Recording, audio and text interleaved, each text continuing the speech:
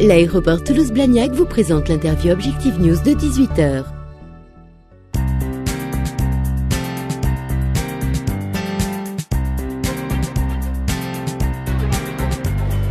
Bonsoir, merci de nous rejoindre pour le rendez-vous des décideurs sur objectifnews.tv avec ce soir notre invité Alain Di Crescenzo. Bonsoir. Bonsoir. Vous êtes président de la Chambre de commerce et de l'industrie de Toulouse. Vous organisez en ce moment même dans les bâtiments d'Antior où nous sommes le Forum économique de Toulouse. La situation économique de la Haute-Garonne vous préoccupe en ce moment ? Oui, bien sûr, elle nous préoccupe. Disons qu'on n'était pas habitué à ce type de situation. On était habitué à surperformer sur tous les secteurs de notre économie par rapport aux indicateurs nationaux, voire à des indicateurs mondiaux. Bon, aujourd'hui, la situation est un peu différente. On a une économie qui est un peu divisée en deux. On a des filières qui sont en surchauffe. Et à côté de ça, l'aéronautique par exemple, mais il y a aussi l'espace. Il y a les systèmes embarqués, il y a les TIC, il y a toute l'engineering qui tourne autour des process aéronautiques et spatiaux. Là, donc effectivement, on est en surchauffe. Alors je vous donne un chiffre qui est extraordinaire, c'est que sur 2011, la croissance, c'est un chiffre qui vient d'Aerospace Valley, la croissance des entreprises du domaine de l'aéronautique a été de l'ordre de 13%, donc sur l'année 2011, ce qui est extraordinaire. Donc ça, c'est un premier cas. Et puis après, nous avons des filières, d'autres secteurs d'activité qui ne sont pas à côté de la tendance nationale, qui sont en pleine dans la tendance nationale. Alors, c'est-à-dire qui souffrent plus ou moins. Alors, si on prend dans l'ordre plutôt industrie, il faut qu'on parle des travaux publics, où là, on a une situation assez préoccupante. Et je vais vous donner un chiffre qui montre un peu les extrêmes que nous avons sur notre territoire. Vous avez chez Airbus 7 années de cahier de commande, et 50% des entreprises des travaux publics ont de l'ordre de 3 mois de carnet de commande. Donc c'est pas grand-chose eu égard aux investissements qu'on a dans ce genre de métier.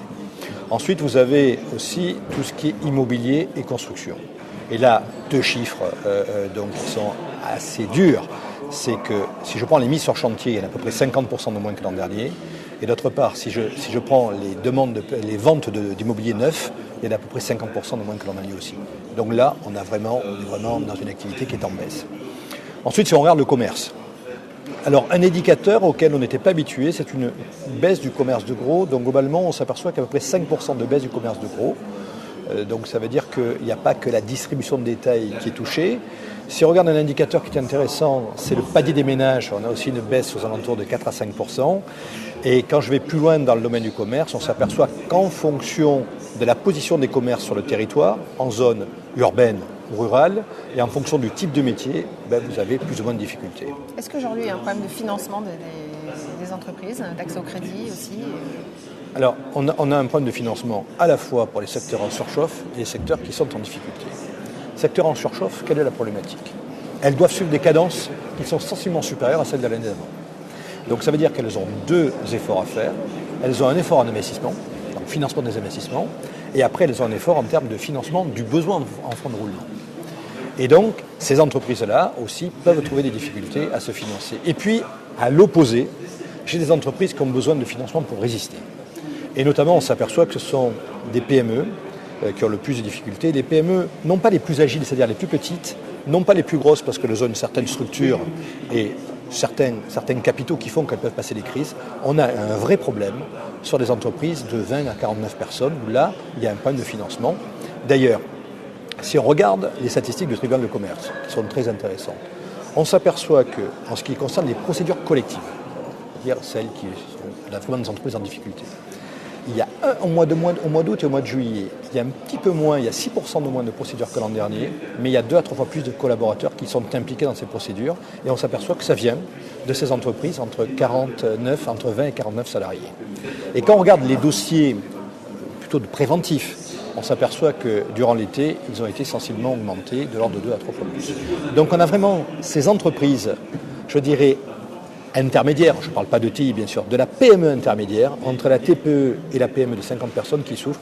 Et essentiellement, c'est des problèmes de financement et des problèmes de marge. Les chefs d'entreprise sont inquiets là, aujourd'hui ?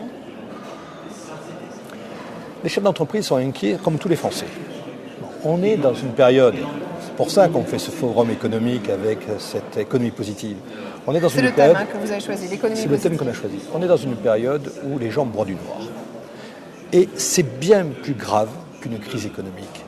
Parce qu'aujourd'hui, un consommateur qui broie du noir, c'est un consommateur qui n'investit plus, regardez ce qui se passe dans l'immobilier, et qui ne consomme moins, regardez ce qui se passe en termes de panier des ménages, etc. Et maintenant, si je passe sur un autre acteur important de l'économie, si je prends l'entreprise, un entrepreneur qui doute, qu'est-ce qu'il fait? Dans le meilleur des cas, il n'investit pas et il n'embauche pas. L'environnement fiscal ça pèse aussi aujourd'hui. Et dans le cas, pour aller jusqu'au bout, et dans le cas, si vous voulez, le moins bon, là, il y a des principes de précaution et à ce moment-là, il désinvestit et il débauche. L'environnement fiscal, oui. Je crois qu'on a, la problématique que nous avons aujourd'hui, c'est qu'on est dans le doute. On a horreur du doute. L'homme n'aime pas les doutes, la finance n'aime pas le doute, dès que ça doute, ça chute, etc.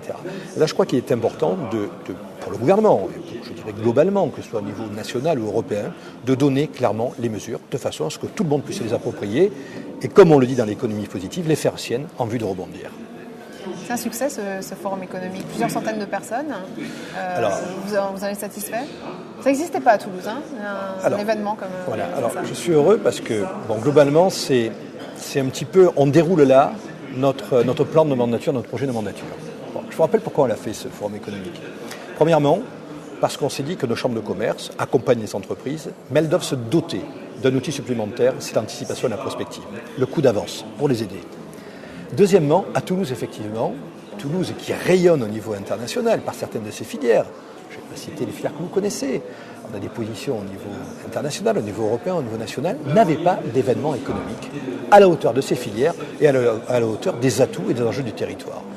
Donc c'est pour ça que je suis très content qu'on l'ait créé, c'est la deuxième année. Et enfin, il y a une véritable demande des entrepreneurs de se dire, c'est vrai qu'on a le nez dans le guidon, de temps en temps il faut qu'on puisse réfléchir et s'élever un petit peu et avoir des solutions à des problèmes qui sont des problèmes du territoire. Voilà. Donc la réussite, je ne peux vous donner que 2 chiffres pour l'instant. Le premier chiffre, c'est que l'an dernier, nous avions 700 inscrits, un peu moins. Aujourd'hui, il y en a plus de 1000, ou 1000, environ 1000. Et nous sommes un peu victimes de notre succès. L'amphithéâtre est plein et nous sommes obligés de retransmettre à l'extérieur. Donc ça marche et je suis plutôt heureux que ça marche. Surtout, ce qui est important pour nous, c'est que je vois des entrepreneurs avec le sourire. Donc ils sont devenus positifs. Merci Alain Di Crescenzo. Merci à vous.